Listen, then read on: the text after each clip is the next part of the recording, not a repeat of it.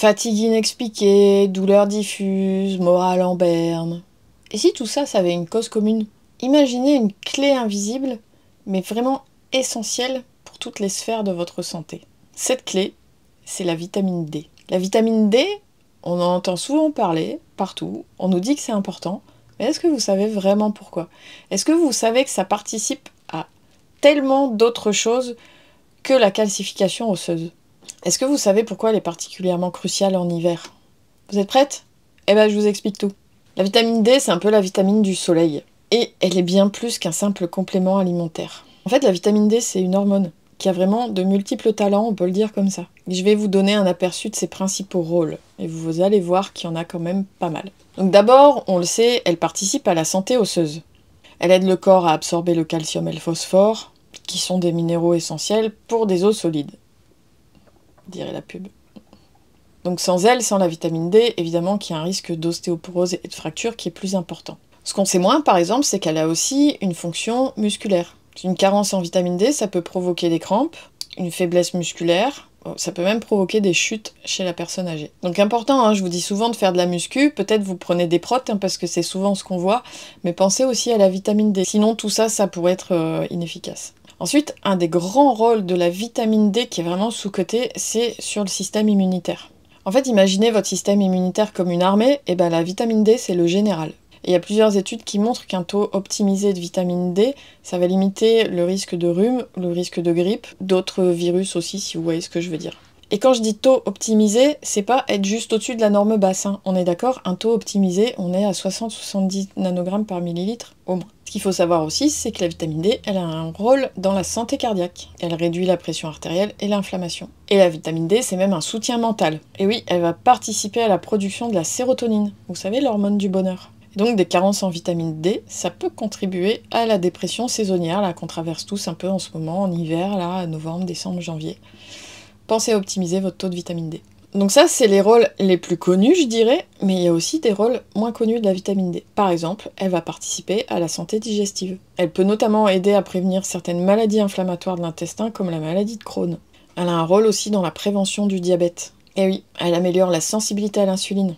Elle est importante aussi pour la fertilité et pour les grossesses. Chez la femme enceinte, ça réduit notamment le risque de prééclampsie. Des recherches prometteuses aussi indiquent que des niveaux optimisés de vitamine D pourraient réduire le risque de certains cancers, comme le cancer du sein, du côlon ou de la prostate. L'effet, ça serait que ça réduit la croissance des cellules cancéreuses. Alors la grande question, c'est pourquoi sommes-nous carencés? Parce qu'il faut savoir que la majeure partie de la population, si on n'est pas supplémenté, on est carencé en vitamine D.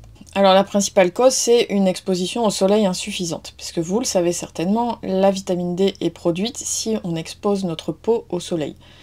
J'insiste quand je dis notre peau, il suffit pas d'aller au ski l'hiver et d'être sur les pistes en plein soleil toute la journée, parce qu'entre les lunettes, le bonnet, la combi, votre peau elle n'est pas exposée. Il faut vraiment que les rayons du soleil viennent frapper la peau pour déclencher la synthèse de vitamine D. Et ce qu'il faut savoir, c'est qu'en hiver, l'angle des rayons UV, même si vous exposez votre peau, ne permet pas la synthèse de suffisamment de vitamine D. Surtout au-dessus de 35 degrés de latitude. Il faut savoir que 35 degrés de latitude, c'est l'extrême sud de l'Espagne. Donc en France, on est tous concernés.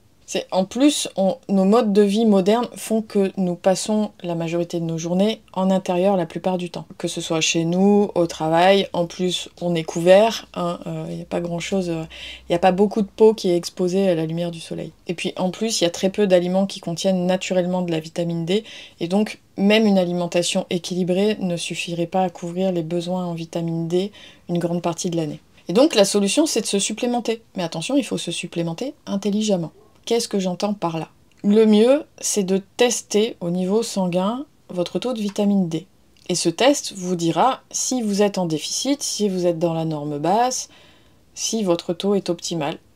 Mais j'en doute si vous ne vous supplémentez pas. Donc je répète, c'est important, il ne faut pas se contenter d'être dans la norme basse. Donc ce test, il peut être prescrit par votre médecin, il peut être remboursé dans certains cas. Ensuite, en fonction des résultats de ce test, choisissez la bonne dose avec l'aide d'un professionnel de santé. Ce qu'il faut savoir, c'est que pour faire remonter un taux qui est bas, ça sera plus efficace de prendre des doses journalières que des doses mensuelles ou trimestrielles. Mais d'un autre côté, si vous savez que vous n'avez pas une bonne observance dans la prise d'un médicament, c'est-à-dire si vous savez que vous allez l'oublier un jour sur deux, à ce moment-là, quand même préférer une dose mensuelle. Au moins vous la prenez une fois, vous êtes tranquille. Et la dernière chose à savoir, c'est que la vitamine D, c'est une vitamine, et même une hormone, qui est liposoluble. C'est-à-dire qu'elle se dissout dans les graisses et non pas dans l'eau. Et donc vous la digérerez mieux, vous l'assimilerez mieux si vous la prenez en même temps qu'un repas qui contient un minimum de gras. Et donc en optimisant votre taux de vitamine D, vous allez améliorer votre santé, mais pas que. Vous allez améliorer votre énergie, vous allez être moins fatigué, vous aurez une meilleure résistance aux infections avec un meilleur système immunitaire, vous aurez un moral et une humeur plus stables même en hiver, et vous mettrez toutes les chances de votre côté pour garder des os solides. D'ailleurs, une petite parenthèse à propos des os, si vous prenez de la vitamine D pour le métabolisme osseux, associez-la à de la vitamine K2.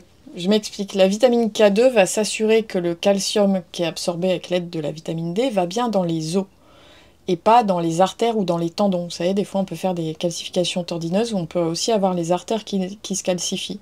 Et bien la vitamine K2, ça va faire que votre calcium va bien partir dans les os, et pas ailleurs. Donc maintenant vous savez tout sur la vitamine D, vous n'avez plus de raison de ne pas vous supplémenter avec l'aide de votre médecin ou avec l'aide de compléments alimentaires.